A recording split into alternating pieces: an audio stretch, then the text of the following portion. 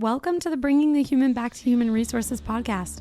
I'm Traci Chernoff, and I've spent my entire professional career in HR. Each week, we'll explore the delicate balance between people and business with the aim to reconnect the two and create meaningful outcomes. Listen in as I share my own experiences, challenge the status quo, and chat with guests from various industries about our mission to bring the human back to human resources. Hi, everyone. Welcome back to the Bringing the Human Back to Human Resources podcast. Thank you so much for being here for another week and another episode.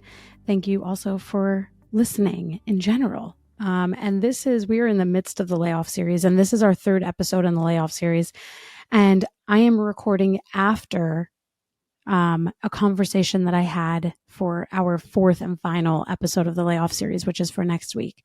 And that episode is amazing, and it's with a guest named Dan Goodman. So you'll definitely want to make sure that you listen to that episode because he brings the heat for us, everybody. I mean, he is the self-proclaimed counter to HR. And so there are a lot of moments in our discussion and in the recording where we don't agree. And I share with him where I disagree with him on his perspective and in terms of where HR sits in a business. So I'm not going to tease the episode too much because it is in a week and you can just listen then, but it's going to be a great episode. I already know. But all of that to say is that for this week's episode within the Layoff series, I want to talk a little bit about what happens if you or someone you know is navigating and really kind of like managing through a layoff or a loss of their job themselves or yourself.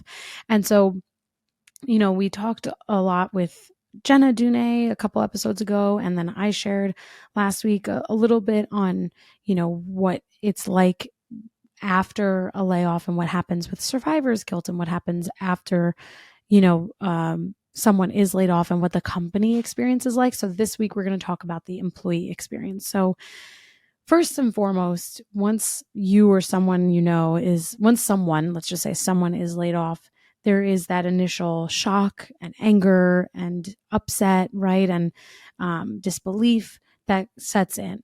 Now, I will say candidly, I've never been fired. I've never been laid off. However, according to an article that I'm going to share in the show notes, over 40%, which is a statistic that was originally reported on by Forbes, by the way, over 40% of Americans have been laid off at least once in their career. So that's a very significant percentage of people. So even if we think about the number of people listening, many of you would have experienced this at some point in your careers. And so, of course, that initial impact is there. And something that you'll hear from Dan next week is this notion of really standing up for yourself and knowing if or when you're being taken advantage of. Now, obviously, this is an HR podcast.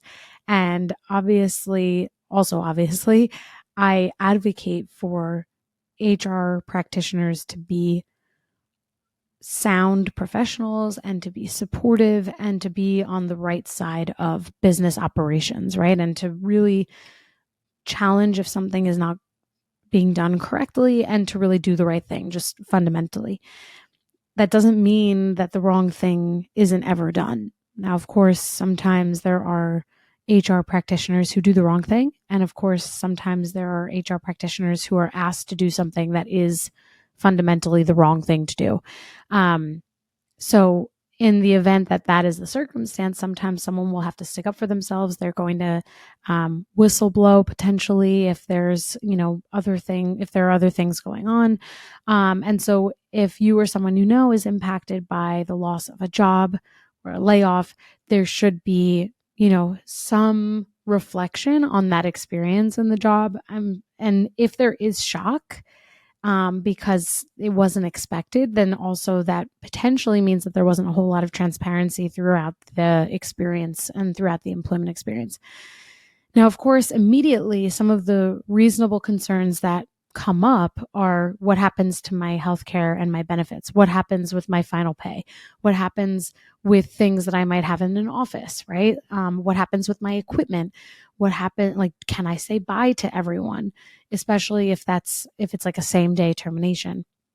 There are questions about severance and separation agreements and employment verification and new jobs and references. Like there's so much that comes up within that first, moment when someone is notified of the end of their employment.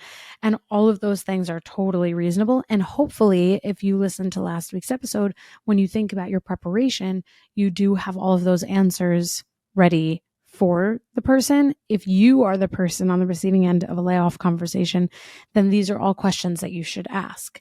And a lot of questions that come up in, as we know, if you've ever had to terminate someone, is why am I being terminated? Did I do something wrong? How long is my severance? How long is my healthcare going to last? Like all of those questions and all of those concerns come up. And again, ideally, if something is performance related, people already see it coming because you've been transparent and honest and forthcoming, and the manager has done the same.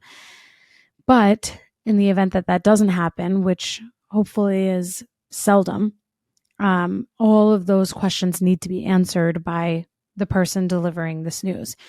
And, I think when we think about the steps that follow answers to those questions, if someone is laid off, they absolutely must review their separation agreement. Now, with separation agreements, depending on someone's age and where they live, the time to review could look a little bit different. And Dan and I talked about this. So you'll hear this a little bit, actually quite a bit, I should say, in next week's episode as well. But when you're over the age of 40, you do have 3 weeks minimum to review in most places, not most places, everywhere, except some places provide you longer amounts of time. Sometimes that's company policy, but also if it's a group termination, this is really what I'm trying to say. If it's a group termination or a mass layoff, then you have a longer period of time. It's like 45 days, I think. But if it's an individual termination, you don't necessarily get that amount of time. But certainly this is where you'll hear from Dan next week that advocating for yourself and standing up for yourself is number one. If you need more time to review, if you want a greater severance package, those are things you should ask for and negotiate. Certainly when someone is being laid off, they would file for unemployment in the United States, at least. I can't really speak to other parts of the world because I don't have that exact experience, but maybe it's somewhat similar. Certainly you can ask, and this is where I highly and strongly suggest this, you ask for healthcare continuation before needing to pay for COBRA as an individual. COBRA is the continuation of benefits. And basically it takes, you would be able to continue your healthcare or your health benefits, but it would be 100% employee paid. In most cases, employees who are laid off can negotiate the continuation of the employer paid portion of healthcare benefits. Certainly, if you are due a bonus and things like that, you can negotiate the timing around that. You can negotiate pretty much everything within a separation agreement and severance package. So again, this is something that we'll dive into in the episode with Dan, so I won't do too much on that subject. But to me, everything is negotiable. And then finally, you probably also want to make sure that you think about how or what approach you're going to take for the next job. Now, it's standard practice, I would say, that companies in general won't share or disclose the reason for someone's end of employment. So if you were to go to a new company and they do an employment verification, they ask your last company, what was the end, like why did this person leave? Typically, companies won't disclose that information. I would suggest that you confirm that at the time of a layoff if you are impacted or if you have been impacted by a layoff before. Maybe this is something that you've experienced. But I would say, at least in my experience, 99% of the time, companies don't even want to touch that because a former employee could claim that they were the reason they didn't get new employment. So typically companies just won't even go there, and they'll just say, that's their end date and we're not able to disclose the reasons behind that. So I think the biggest thing that tends to come up when someone's laid off is like, what's next? And I think it's totally reasonable. And we heard from Jenna Dune earlier in this layoff series a couple of weeks ago that the off placement or offboarding of an employee when they are experiencing a layoff or they are terminated is a really helpful benefit, I guess we can call it, perk, or part of the experience for people who are experiencing a layoff, because then they have those outplacement services that support them as they navigate the kind of this like new normal. And something I work with a lot of clients on their resumes, of course, and their LinkedIns and interviews and career coaching and all that jazz. And a lot of the times I'm meeting with people who were unfortunately laid off, or they're not happy with their experience and they feel like this sense of desperation to find something new. That is generally the worst time to start looking at your resume and your interview skills. Like, you really want to work with someone like me or work with someone else before a circumstance like this so that you are just prepared and ready to go. Like, I should probably take my own advice. I haven't looked at my resume in years, but I could, right? Like, even though I have no reason to leave, I'm not looking to leave, I don't believe I'm going to be fired at any point, knock on wood. It's always good to have those documents like kind of fresh and updated, maybe every 6 months or so, at least once a year. And so if you are hearing this message and you feel the same as me, you're not looking to go anywhere, but you also don't think that you're going to be fired, like, this is probably a good reminder to look at your resume. And if you need help with that, you can always come to me too. In general, it's probably just a good idea to freshen those things up. Same with LinkedIn, because also you just never know if someone, looks at your LinkedIn and they want to see what you're up to. And if it's outdated, that doesn't really help you potentially advance if that's what you're looking for. And not finally, but another thing that is a good consideration to have, and hopefully none of you are ever laid off, but if 40% of Americans experience this, then almost 50% of us are going to have this situation at some point or feel this impact at some point. Definitely make sure you gather all of the things that you need, like your performance reviews. If there's anything that you've worked on that's your intellectual property, although the caveat there is that sometimes we sign offer letters that also absolve us of claiming ownership on things that we've created. So make sure you're really clear on that, because you do not want to encroach on a territory where you have then taken things that actually belong to a company and then they sue you. You don't want that. So make sure that if you feel it's your intellectual property, that you don't have an intellectual property agreement that you've signed, because if you do have something that you've signed around intellectual property, chances are that's not actually your intellectual property anymore. So just a word to the wise, keep that in mind. And then also, think about who you might want to stay in contact with, like people who you have good relationships with, maybe even your manager.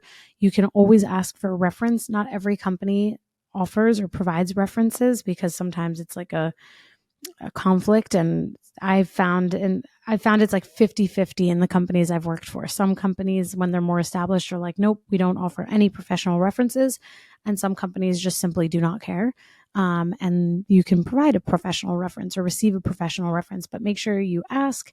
And then, of course, anything that you need related to your termination, you would want also. Now, I realize that many of you are in HR and you already know the documents that you need when it comes to, leaving a company, but still sometimes I think in the heat of the moment and as things are going on, all of that goes out the window, because now you're not the one delivering the message, you're the one receiving it. And then finally, in terms of preparation, you also want to make sure that you know if there's any financial assistance that's provided, whether it's an emergency fund, benefits cash out options, expense reductions, again, coming back to healthcare, all of that. And there actually is a link to an article from NerdWallet that we'll link in the show notes. And it's about like different steps that you can take to get support financially if that happens. So I'll provide that.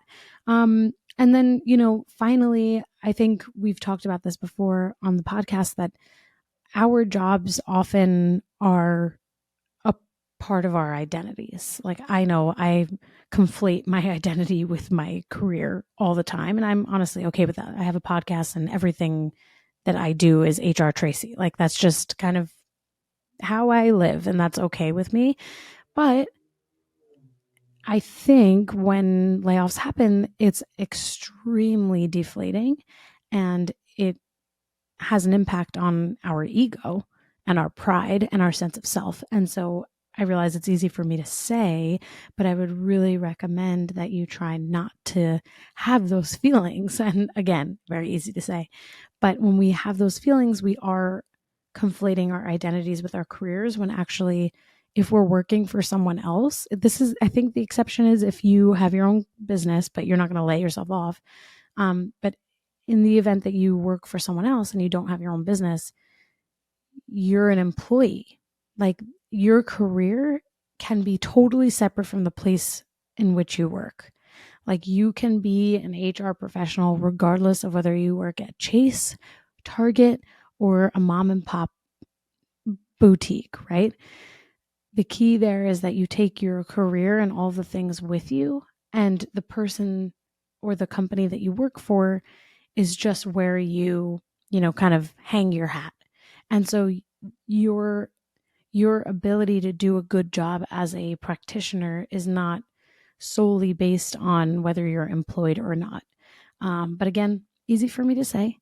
I realize that. But I certainly encourage any of you who maybe are experiencing this now, or who unfortunately may experience this in the future, that you take the time to really feel and process the layoff, but disallow the conflation of that layoff being a reflection of you and your ability to be successful. Of course, even in performance-related terminations, there's still, I think, a real reason to feel that, because, and something that Dan mentions on the podcast next week is this like sense of subjectivity around terminations, especially performance related ones. And I don't totally disagree. I think, performance is something different to everyone, and good performance and bad performance is sometimes subjective, unless, it's specific to a very specific goal. So all of that to say is, be positive. There's a job out there for everyone. I believe every pot has its lid, and it's just a matter of finding that right place.